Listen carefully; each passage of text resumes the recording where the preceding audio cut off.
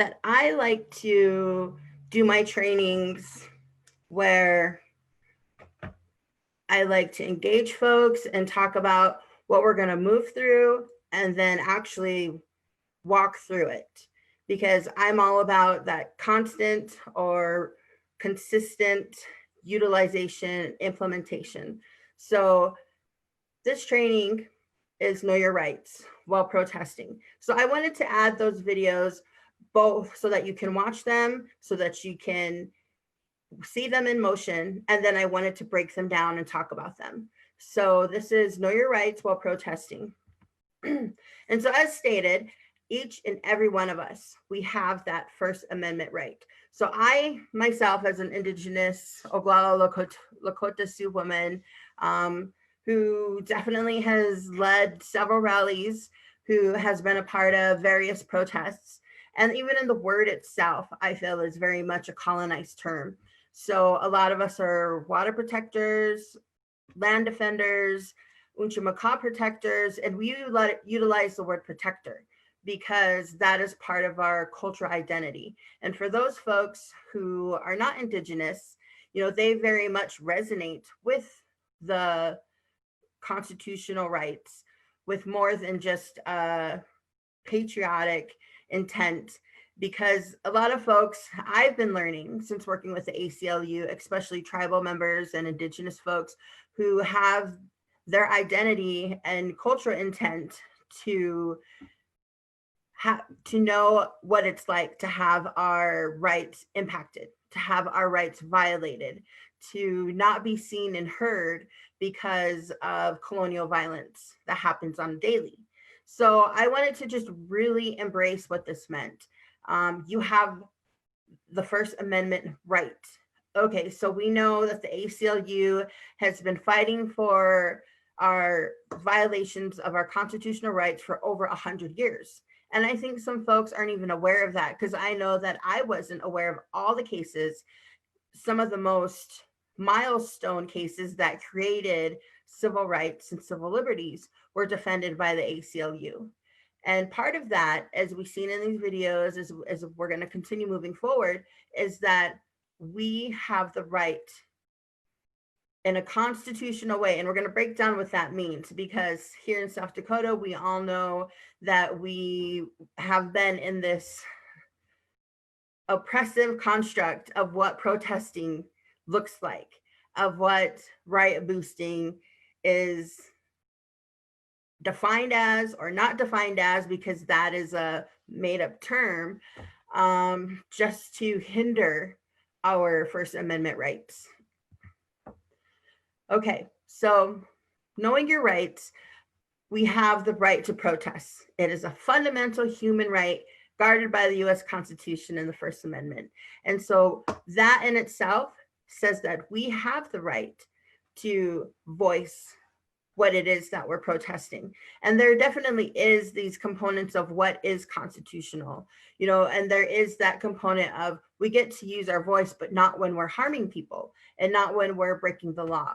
And so that in itself is always just this teeter-totter of what and where we stand and how long we have already been oppressed.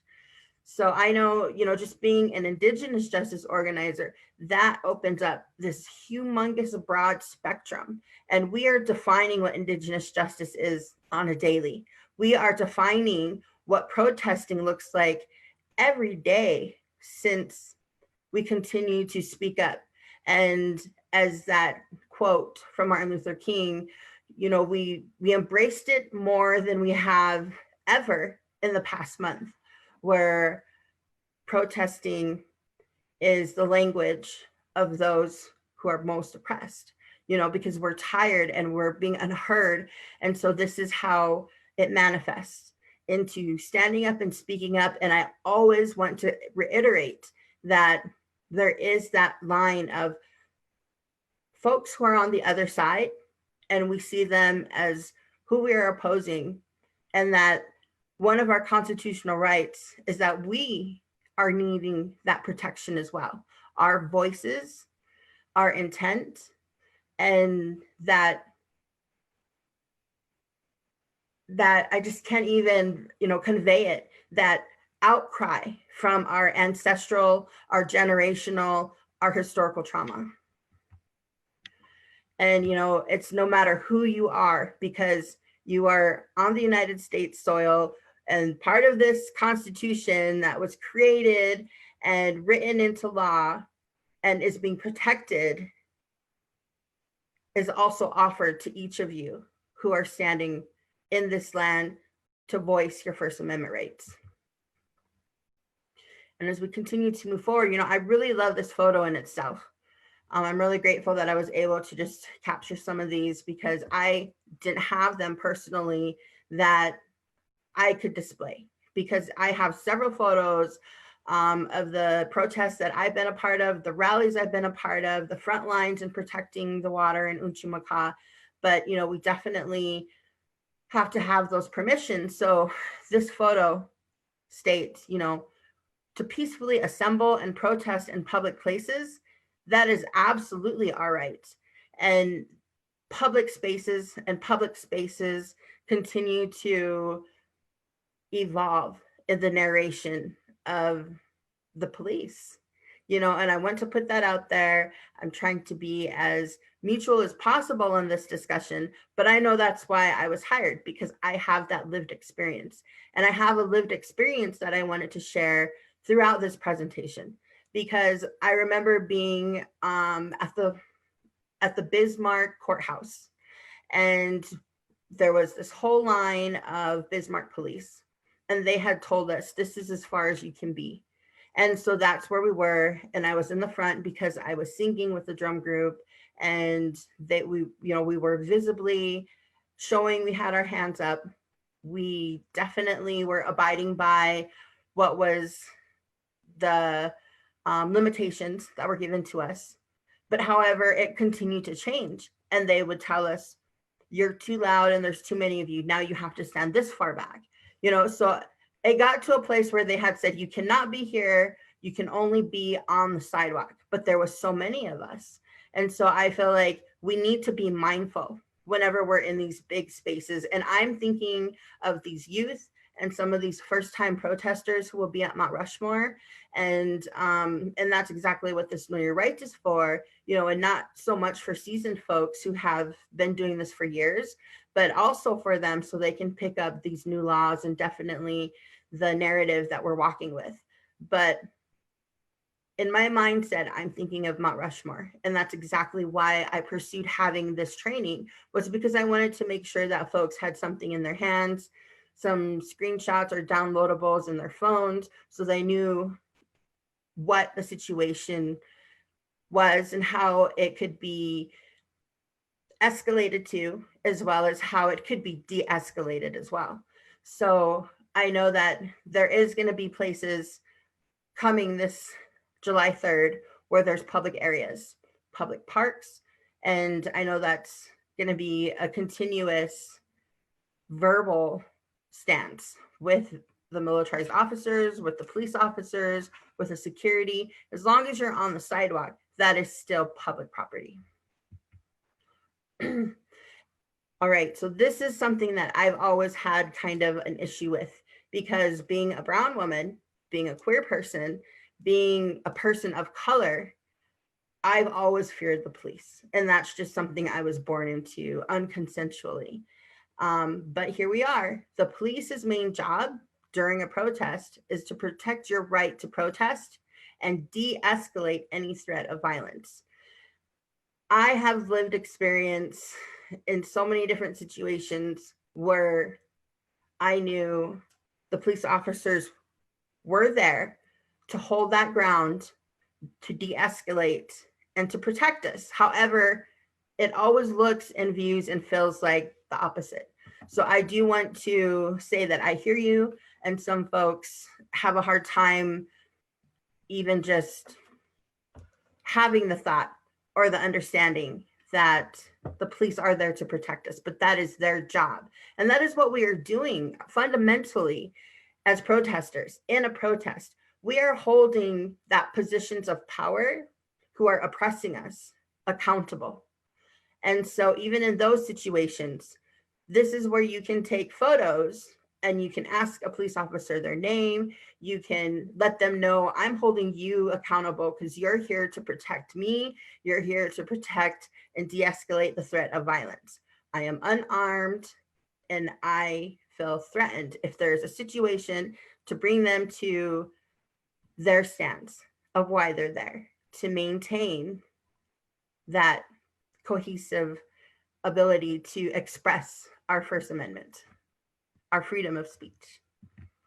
And so here we are again, as stated previously, we can take photography, we can take photos, and we can videotape the police. And there is this component of them stating that you cannot, because I have been told on various occasions, and I never felt confident in that until I worked for the ACLU. I know now that I can take photos and that I can videotape them, but audio is a different situation. But we definitely can take photos, and as long as you're a safe distance where you're not obstructing justice, where you're not obstructing them from doing their job, you are in your right. And we learned that with the situation. It's a repeated threat. I feel like it's that scare tactic, but we are very much aware. We have phones in our hands. There's someone next to us or near us, and we have the ability to protect ourselves as well. Public spaces include streets. So this is something too where I pushed my limits. I know it's a matter of communication. It's a matter of sometimes just declaring who you are and where you are and what you're doing and making that verbal, and even recording that on your own to protect yourself. Because there was, in one of my situations, there was the Women's March in Portland, Oregon, and I was asked to be on their board of directors to plan the event. And I had stated, I do not want to take part in this. I don't condone it. I know that there was a lot of my trans sisters who felt excluded last year. And if I was to do any type of march, I would do Indigenous Women's March. And so that's what I ended up doing. And I had refused to pay for a permit. And I stated, this is Indigenous lands. I'm not paying to march on this public road. I'm not, I'm going to take up space on the sidewalks and all of these public areas. And I didn't inform, I didn't follow that protocol specifically because I knew my rights. I did my research and I found all the public spaces where we could be. And I feel like that is also what that intent means by like vocalizing and verbalizing. I didn't just show up and I didn't just stay silent. I definitely was very vocal on what my intent was and how I knew what my rights were and what was public spaces.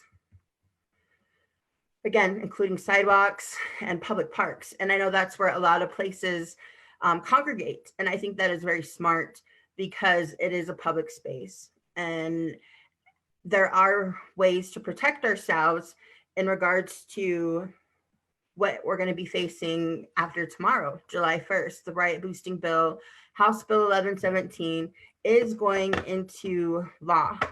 And we need to understand and view what are public places and spaces. So public parks are definitely safe.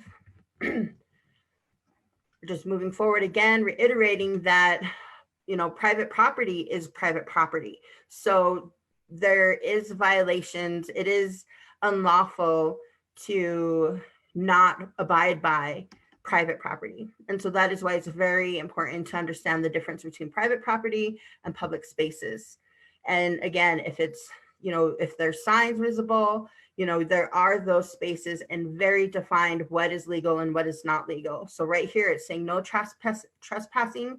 So we have to abide by what that looks like in regards to protecting our rights. And again, like I was stating, audio is very much another different component, but always continue to protect yourself by taking video and taking photos in situations. And again, no trespassing on that point. But I just want to keep moving forward. And when we're taking space, when we're documenting, when we're trying to protect each other on the front lines, you know, there is that component of what is obstructing and what is not obstructing. If in this situation, we can see they're facing forward, and this is the only reason why I chose this photo, is because if we were standing behind them or around them in a safe area where they can open the door and do what they're doing, we can still be there taking photos, we still can document. And if there is a situation where they're stating we're obstructing, as long as we can prove that, you know, we did not take that space, we're still in our valid rights. And yes, you know, I like I said, I was never fully confident on what this meant. I knew that once we're arrested, they take our property, and, you know, like at Standing Rock, you know, they took our clothes and took everything that we had on us. And a lot of times we do not want to incriminate ourselves. So this is why I want to just reiterate this component is make sure to wipe your phones down, you know, and I didn't realize this until I had an officer tell me, I can see your code by your fingerprints on your screen.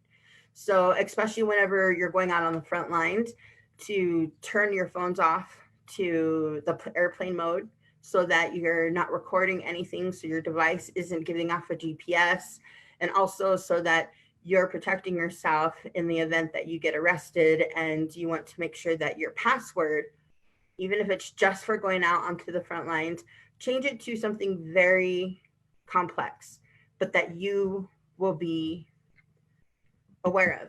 And, you know, sometimes, because there is a whole component of what it looks like to go out on the front lines and to be aware of what you're wearing, of your shoes, of even changing your password, because a lot of times we keep them simple so that we can remember them. And this is, you know, nothing can be deleted from our phones or our videos under any circumstances, because that is private property. All right, so here are the components that I was sharing. I'm gonna go through them just a little bit quick because I see that we are at 6:47, but I want to let you know each of these we're gonna send out either in the chat or in an email that we can put out where you can download these and keep them on your phone. So tip number one for Know Your Rights is if you get stopped by the police, ask if you're free to go. And if they say yes, calmly walk away. And this is that component that I was talking about. It's about communication. If you can communicate in that calm tone and you ask them, you get your response, you can immediately walk away. And again, you know, this slide here says, be polite, don't resist. But my main component is don't resist, you know, be calm, ask if you're free to go, and then leave.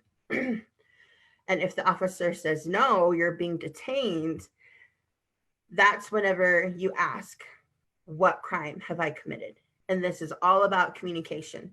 Definitely communicate. What did I do wrong? And even if you're getting pulled over, but this is, you know, specifically to protesting, you ask them, what did I do wrong? You know, what did I commit? And again, so here's one of those slides that you can download. It states, if you get arrested, don't say anything. Ask for a lawyer immediately. Don't sign anything. Don't say anything. Don't agree to anything without a lawyer being present. And in that one video, they also said, if you ask for one phone call and it's not to a lawyer, they can record you. They can take that information. They could utilize that information against you. So be very intentional about not incriminating yourself and vocalizing, I am talking to my lawyer. Know your rights. Number 3, demand your right to a local phone call. And if you call a lawyer, the police are not able to listen. So that's exactly what I was saying. And if you call anyone else, yes, they do have that right to listen. Number 4, you never have to consent to a search of yourself or your belongings.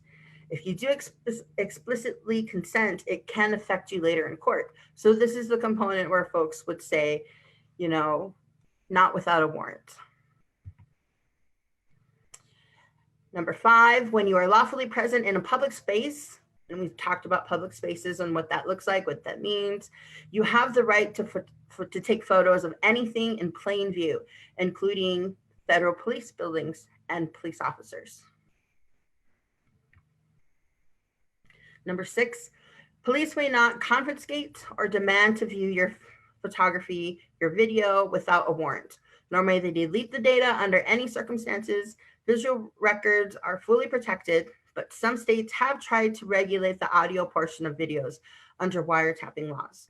So what that means is like you have to get the consent, or you have to give that information that you are recording. That is why we get some of those phone calls where they state you're being recorded if you would like to continue, or you give your consent to be recorded.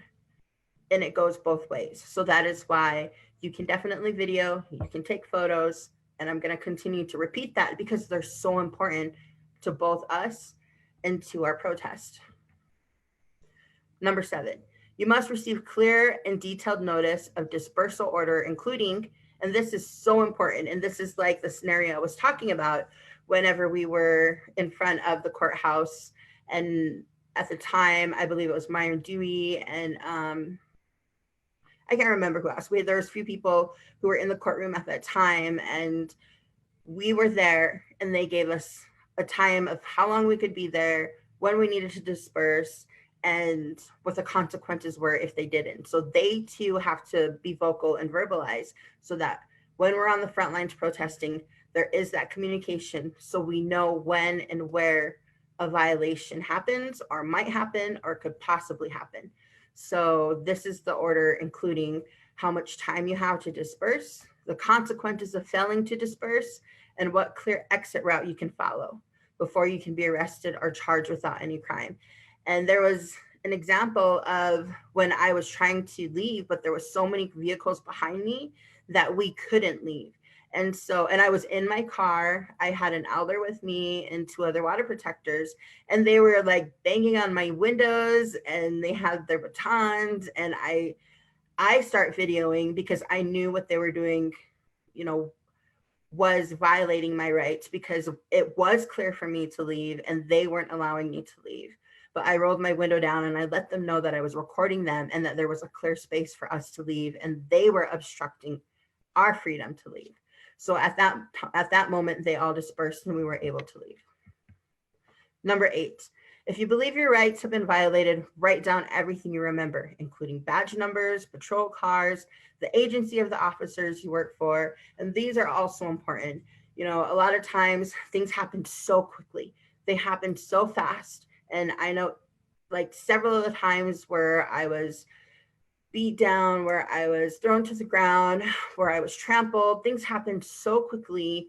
But before they do, I now have this seasoned ability to feel when things are getting heightened, to start looking around for A, B, and C. And for me, that is like the badge numbers, the car numbers, and you have, they usually have what county they're from. So as long as I eyeball those things, that is great.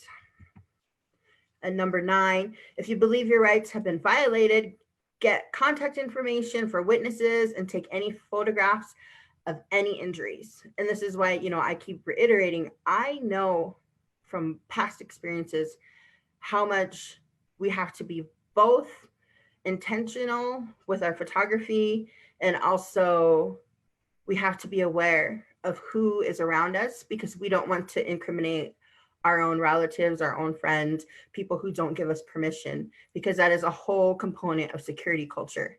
So that is also another component of knowing your rights and being able to balance everything together and to walk and like I was saying at the beginning, to protect our civil liberties.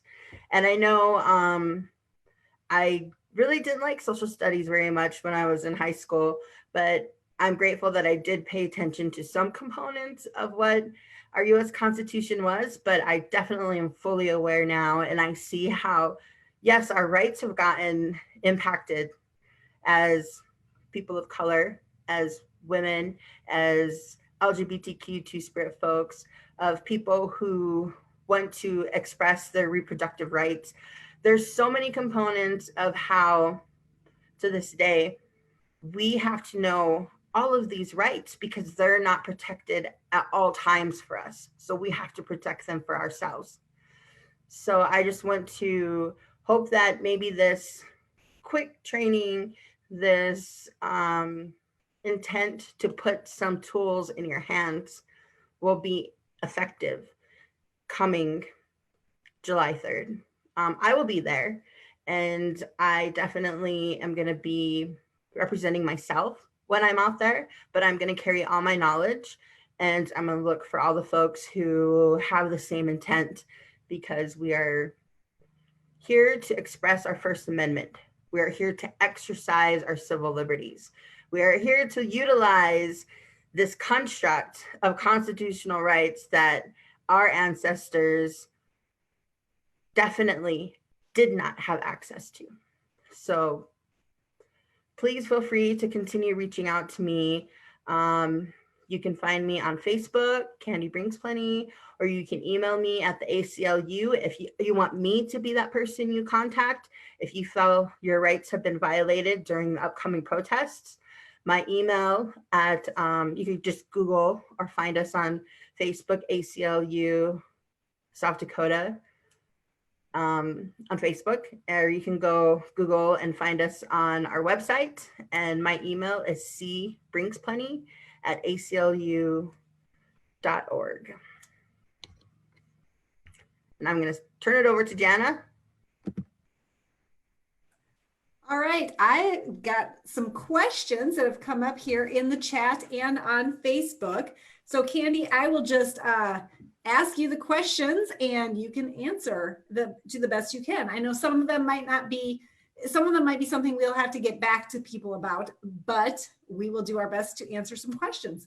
Yes. So first of all, I'm combining a couple questions here. How does the riot boosting law directly impact us while protesting? What legal protections exist, if any, to protect peaceful protesters from prosecution with riot boosting charges should there be any violence or destruction of property? And what resources are there if someone is arrested? Alrighty. So definitely, the riot boosting bill is going into law tomorrow, July 1st. And I just cannot not say, I feel like things all were strategically planned because of number 45 coming, of even Noam at the beginning of April had said she spoke to TC Energy and they stated there wouldn't be any movement until midsummer. It's almost midsummer. So I feel like this riot boosting bill definitely had its intent, knowing that number 45 was coming to the Black Hills. It was planned over a year ago, and everything is in this chronological order.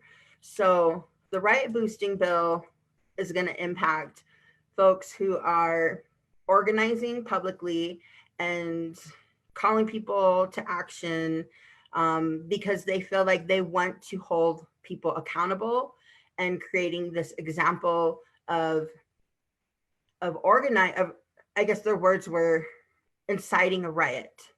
And so riot boosting was a term that Governor Noam had created. And that was part of the conflict in the second round, this past legislative session, when there was the situation of this legislative law, this House bill is now written in constitutional terms. So last session, it wasn't written. It was a very much in violation of our constitutional rights for our First Amendment. And so that is why the ACLU, litigated with partners of the community and individuals who sued Governor Noam and won. And from that, they came back again, legislative session 2020, and rewrote the wording so that it was constitutional. And so that they took the word riot boosting and ended up flipping another bill and hoghousing it to define riot boosting as inciting a riot. So now that is the definition and the terms that they're using. So they were intended to say or pursue individuals, organizations, or third-party funders who were supporting a violation of the riot boosting bill. So violating to create that visual, that physical, and that verbal intent to incriminate people. And so, because there's just the intent of what had happened during the Dakota Access Pipeline scared so many communities, law enforcement, and people in positions of power, to know that there was this ability for a group of people to assemble and to organize in such a quick, humongous way. They wanted to break that down, and they wanted to be able to hold individuals and organizations accountable so that they could create that law, so that they can arrest and incriminate folks. And there's all of this whole other component to it. We are creating another panel, an intentional riot boosting bill 101, I guess that's what it could be or called, so that we can also have another one of these sessions and be very intentional about breaking that down too. I try to answer several with that one. Thank you. Here's another question. When protesting, what have you found is the best way to diffuse potential violence from those who do not have your same goals? Okay, infiltrators are always going to be there. I feel like it's, you know, it's the same thing as like a moth to a flame. There's those of us who are protesting for a reason, you know, whatever that reason is, whatever it is that we're pushing back. And then there's those other folks who feel that they need to push back against us, our intent. And so when we come across that, in my experience, you know, there's definitely those trained de-escalators, or there are those who are part of your movement or part of your group. And this very much needs to be planned for and intentional.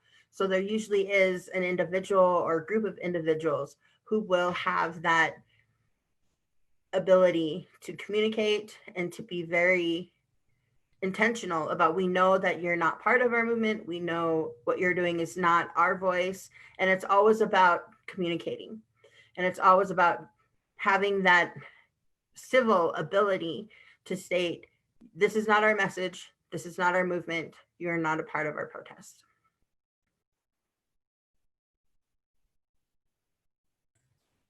All right. If a protest is being held in a public space, can someone film it and use it in a public showing without permission of the people that were there? Okay, so as stated, you know, there is a difference between documenting and also filming. So a lot of times you do have to get permission if you are putting it out there in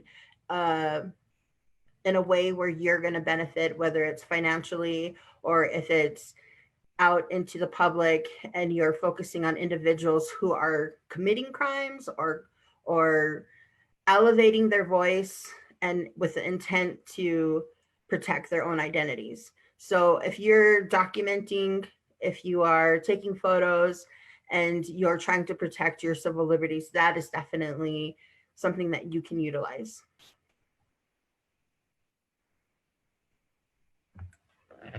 All right, I know this was a question from early on, and I'm not sure, I don't think I know the answer, but Candi, maybe you do. Are people utilizing stingrays in South Dakota, the cell phone interceptors?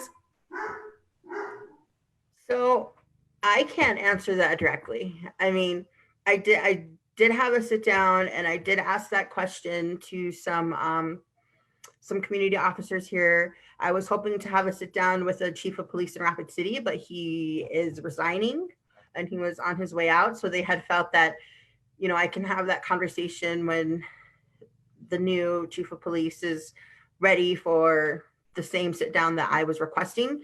So they had told me that is not something that they can answer at the moment. So even just not saying no, I feel like that's an answer in itself. All right. I'm sorry, my dog is back barking in the background, so I hope I hope he's not too disruptive.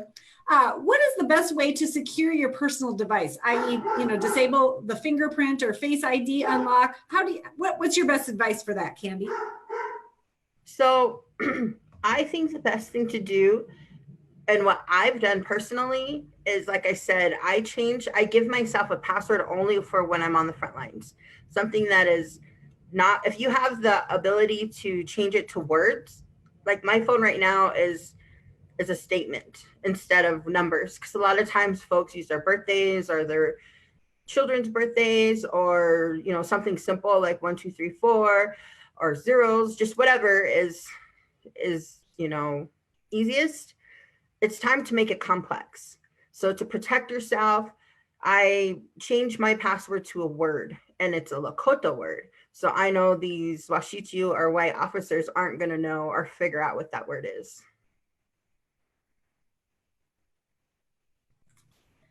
All right. If someone posts something inflammatory on Facebook, Instagram, or on social media, can that person be charged? I'm assuming this has to, kind of an extension of like the riot boosting incitement to riot. Yeah, moving forward now, there definitely is those parameters of, you definitely will have consequences if you're putting out anything illegal. It's definitely illegal, whether it's on social media or in person. So we just have to watch out for those parameters as well.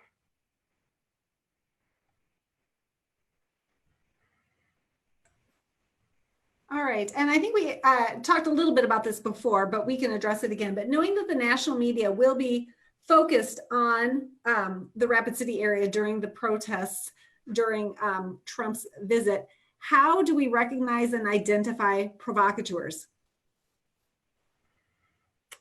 Well, every time and each situation is different, but since this is very specific to Mount Rushmore, they're going to show who they are. They're going to tell you who they are just by the way they're speaking, just by the way, even what they're wearing, their body language. And if I'm not answering this direct enough, I feel like I really want you to think about how you're going to show up on the front lines. It has to be with the people you trust. You have to go out with intent to know that something can and will happen. You have to have that plan. And a lot of times, if you see someone doing something completely opposite or something that isn't trustworthy, then they're showing you who they are.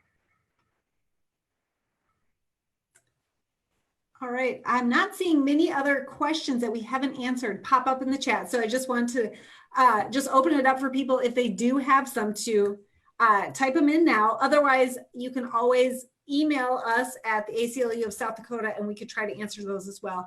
The easiest email to contact us at is southdakota@aclu.org. In terms of, I know there's a couple comments in the chat about specifics for any protests that are going on in Rapid City on the 3rd. I know these aren't anything that the ACLU is organizing. We just want to make sure that everybody knows their rights regarding protests and interacting with law enforcement. But Candi, if you have any suggestions of where people can go to find more information? I am only aware of what's on Facebook, and you definitely, and I didn't know who or any organizations specifically. So I just went to events, and you can, in the Facebook event space or page, you can even put in like what city, what town, what area. So I would suggest like Keystone or Black Hills. I think I'm not even sure if there's anyone actually meeting in Rapid. I just know a lot of the things I've seen. I researched or searched on the Facebook event page. All right, let's see. Another question here. What distance is required from 45 to be able to protest legally? I'm assuming this question has to do with maybe the public spaces comments that you had mentioned earlier, Candi. Yeah, and so that's something where I did the research on how Mount Rushmore, and that is why that was part of the component of why they did the lottery, so that they could be very specific to say at this time it is not public access, and this space is only for those who have access. And I haven't seen or read anything yet, and that's a part of why I will be present to do some communications so that folks are aware of what is legal distance, what are those parameters. Like I said in the slide, said they'll give you, you know, we need to be informed of what that legal distance is. We need to be informed of when and where we can disperse. And so I am not going as the ACLU. I am representing the Two-Spirit Nation, and I will be there on the ground to also implement our civil liberties and knowing our rights for the First Amendment. Is there an easy way to see where the public spaces are in any particular town before someone's planning to protest? I have never done that type of research, only because usually, you know, and there are people who do that. A lot of times when I was invited to be a part of rallies and marches, there's people who had been organizing previously to the event, and that is one of the primaries that you should be looking up from the get-go, so you know how not to incriminate yourself. Now, if someone, when protesting, gets arrested, what kind of resources do they have? So in my experience, and I just, you know, received some messages tonight as well. So there are people who organize bail funds, and we might have been seeing that a lot with the Black Lives Matter protesting that's been happening. There's organizations who choose to be the point of contact, but I have not seen anything for what's going on with Mount Rushmore.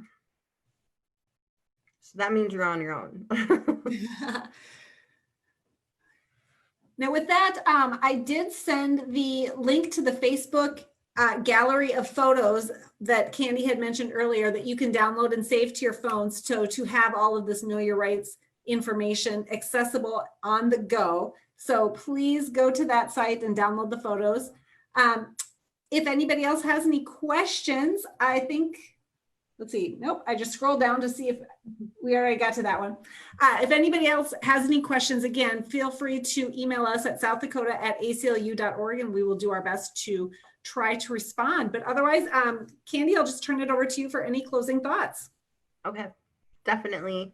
Thank you all for being invested in knowing your rights, especially if you yourself are going to be going out, or if you have a loved one or a neighbor. You know, it's definitely important to share that, share this link with everyone you know, because we should know these things. And like I stated, I never fully felt confident. I always heard about it or seen it on TV, or I heard people say, this is what you should say. But, you know, we've created, our comms team have created this Know Your Rights. They're downloadable photos. I think they're amazing. I have them in my phone so that at any time, if there's situations, I definitely can help myself be confident. I know the words to use. I know the situations, how to move through them, and also how to assist others. So Wopi Latanka, thank you very much for your time and your energy. So do your First Amendment rights, however you do them, and also continue being seen and heard, continue walking forward and protesting your voice and your constitutional rights. Have a good night. Thank you, everyone. Have a great night.